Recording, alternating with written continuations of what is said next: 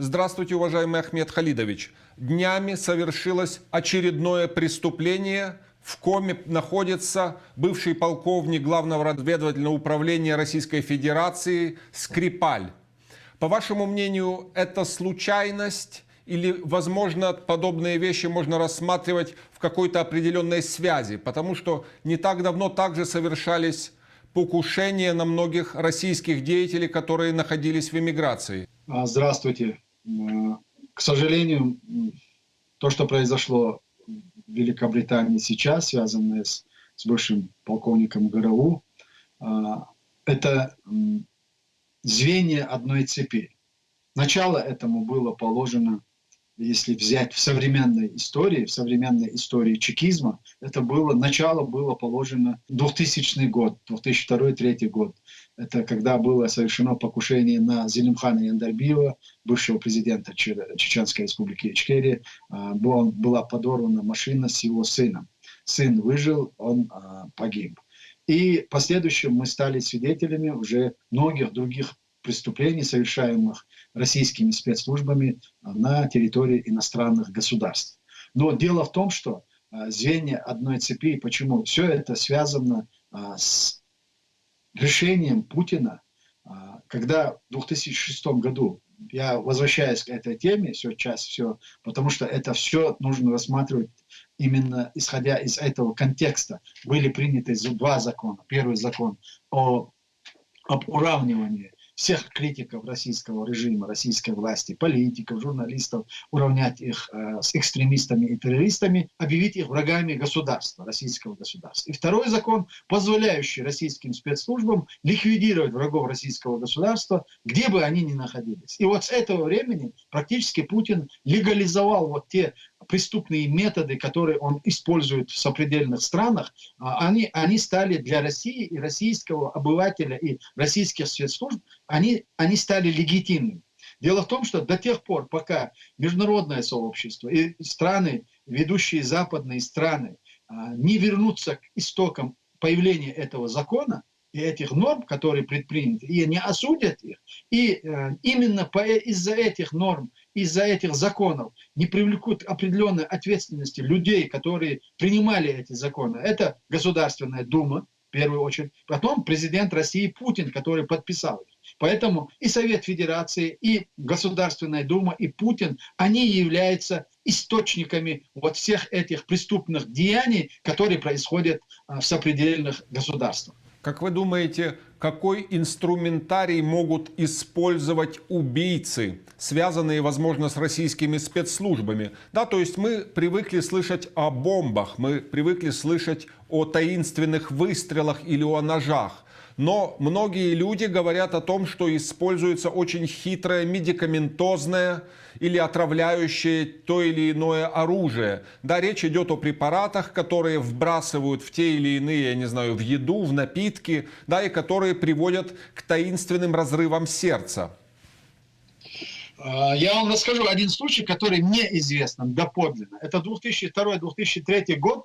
Здесь появился человек, который хотел встретиться с Борисом Березовским и через него встретиться со мной. То есть он меня предупредил, я с ним встретился, он меня предупредил, что в России снова открыли вот лабораторию по изготовлению ядов, и что российские спецслужбы, в частности руководство России, принято решение использовать эти яды против чеченцев на территории Чечни, на территории Чеченской республики против сопротивленцев. Это была достоверная информация. Потом через Литвиненко мы эту информацию проверили. Действительно так получилось, что лаборатория, которая была закрыта по указу Ельцина, по указу уже Путина, эта лаборатория возобновила свою работу. И первое, в принципе, Патрушев, тогдашний бывший директор ФСБ, на вопрос о том, что произошло с Хатабом, вы знаете, был один доброволец в Чечне по имени Хатаб, был отравлен через письмо. И он вскоре погиб, его похоронили. И вот на это Патрушев ответил, что это российское ноу-хау. Вот теперь российское ноу-хау давно уже гуляет, испытано оно, изготовлено оно в России, в Питере, испытана она в Чечне, и сегодня это ноу-хау Патрушева гуляет по всему миру. И у меня в этом нет абсолютно никаких сомнений, что Россия именно вот сейчас использует эти вещества, которые изготавливаются и испытаны в Чечне. Изготавливаются в России, испытаны в Чечне. По вашему мнению, насколько велик черный список Кремля и кто может по логике вещей, не обязательно там называть те или иные фамилии, но по логике вещей, кому следует опасаться покушения?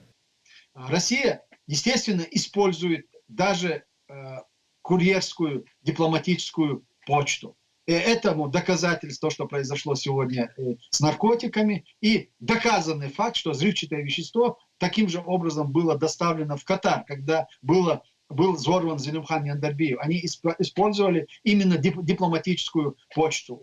Вот.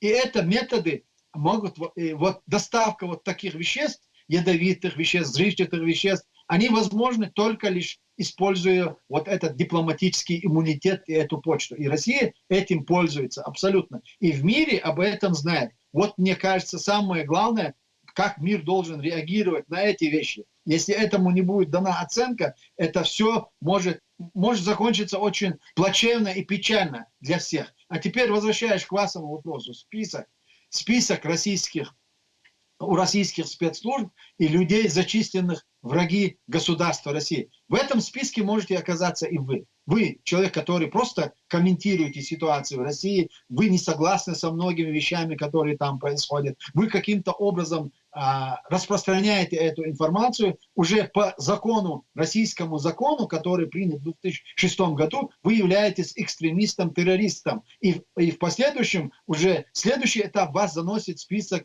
враг российского государства. А третье уже вы подлежите физической ликвидации, где бы вы ни находились. Поэтому до тех пор, пока существует путинский режим, в безопасности себя считать никто не может, кроме тех, кто всецело поддерживает античеловеческую, человеконенавистническую политику Путина и его окружения.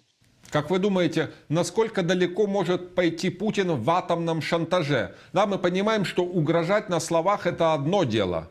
Я не знаю, истреблять тех или иных оппозиционных деятелей – это преступление, но это все равно не мировая катастрофа. Но он сделал очень четкий информационный вброс, сказав, зачем нам мир, если в нем не будет России. Он не первый, кто начал шантажировать мир ядерными ракетами. Ельцин это начал в 2000 году, когда проходил саммит ОБСЕ, и там поднялся вопрос чеченский. Это было начало второй чеченской кампании, когда Соединенные Штаты Америки выразили критику в адрес российского руководства в связи с их действиями в Чечне. Вот тогда Ельцин и сошел с трибуны, заявив о том, что пусть Соединенные Штаты и весь мир не забывают, что Россия ядерная держава. С этого времени у меня не было никаких сомнений, что высшее руководство России будет в конечном итоге может прибегнуть именно к ядерному шантажу. И вот то, что Путин несколько дней назад он сделал, это и было начало этому. Только уже это официально он заявил о том, что вот они представляют угрозу всему миру. Если ядерная держава, которая угрожает всему миру, единственное обезопасить мир от этой державы, это чтобы это государство перестало существовать. Я думаю, что СССР именно поэтому перестал существовать, потому что он представлял угрозу всему миру, именно ядерную угрозу. И сегодня Путин или путинская Россия повторяет участь СССР, заявляя или заявив уже о том, что Россия представляет угрозу всему миру, ядерную угрозу. Я думаю, что они обрекли себя на то, что весь мир должен сделать так, чтобы это государство перестало существовать. Если это не сделают, я думаю, что они будут продолжать шантажировать и угрожать всему миру. То есть они перейдут даже к каким-то более острым фазам, не знаю, попытки воздействовать на мировое сообщество. Потому что во всем мире на самом деле возможно бояться не открытой ядерной угрозы, а так называемой тайной ядерной угрозе. Речь идет о передаче тех или иных материалов, которые в простонародье называются грязной бомбой, тем или иным группам, например, на Ближнем Востоке. А мы знаем, да, что союзник Путина Асад уже захватил половину Сирии. Абсолютно вы точно сказали. Дело даже не только в том, что они могут способствовать тому, чтобы изготавливались грязные бомбы. И вот прорыв, технический прорыв Ким Чен Ына, я вас уверяю, что это не произошло без помощи Путина и России, который изготовил какие-то ядерные оружия. Поэтому, да, в этом и есть реальная угроза, и поэтому весь мир и должен. Я уверен в том, что, абсолютно уверен в том, что ни Путин, ни его окружение, они не применят ядерное оружие. Но вот пакостить и гадить вот таким образом и шантажировать весь мир возможной утечкой каких-то этих материалов, которые будут способствовать созданию грязной бомбы и тем самым пытаться влиять на государства, западные государства. Это он может делать, и это он будет делать. Но, насколько я понимаю, все-таки существуют международные институции, где, мы надеемся, можно добиться правды и подтвердить те или иные злодеяния. Например, речь идет о том, что представители чеченского правительства подали судебный иск в суд, в Международный трибунал в Гааге. Как выглядит ситуация?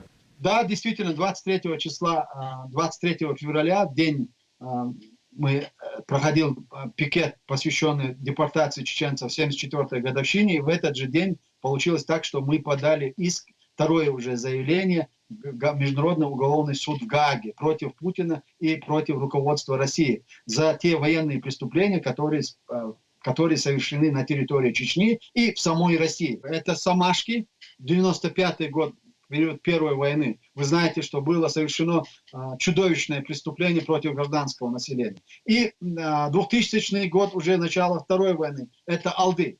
Я почему называю эти два населенных пункта и эти два эпизода? Потому что они получили очень широкую огласку во всем мире. И все правозащитные организации, и Human Rights Watch, Amnesty International и российский мемориал, они все однозначно квалифицировали это как военное преступление, как преступление против человечности. Сама процедура может затянуться на многие годы, потому что Россия не является подписантом этого соглашения. То есть Путин в 2016 году отозвал подпись под этим соглашением, которое он поставил в 2002 году.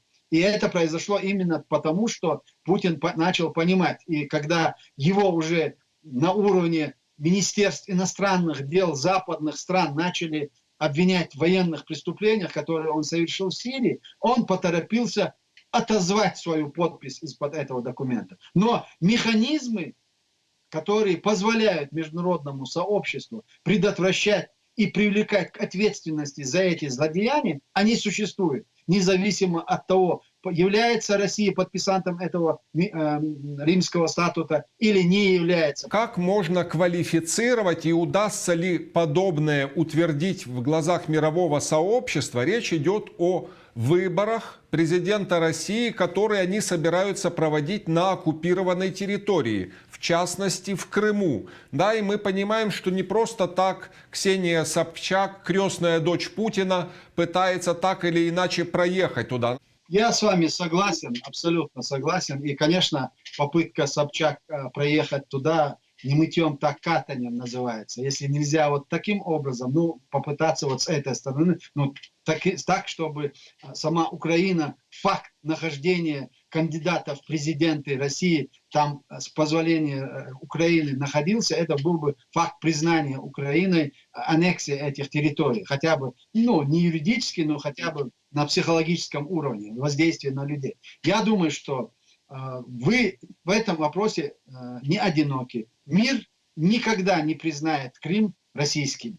Никогда не признает территории, которые сегодня Россия оккупировала, российскими. Это однозначно. И поэтому вам в этом вопросе, я думаю, намного легче, чем нам и Чеченской Республике. Потому что все правовые институты, все международные институты, они на вашей стороне. Вам просто не нужно иметь политическую волю, признавать самим, что ваши территории оккупированы, признавать факт агрессии со стороны России, признавать факт, что Россия ведет неправедную войну против Украины, и, признав этот факт, дать достойный отпор, используя ваше право на основе всех тех существующих принципов и норм международного права. Вы являетесь жертвами агрессии. И ваши действия, они абсолютно легитимны, что бы вы ни делали для того, чтобы освободить ваши территории. Спасибо большое, уважаемый Ахмед Халидович, за блестящий анализ ситуации и за участие в эфире телеканала «Эспрессо». Всего доброго.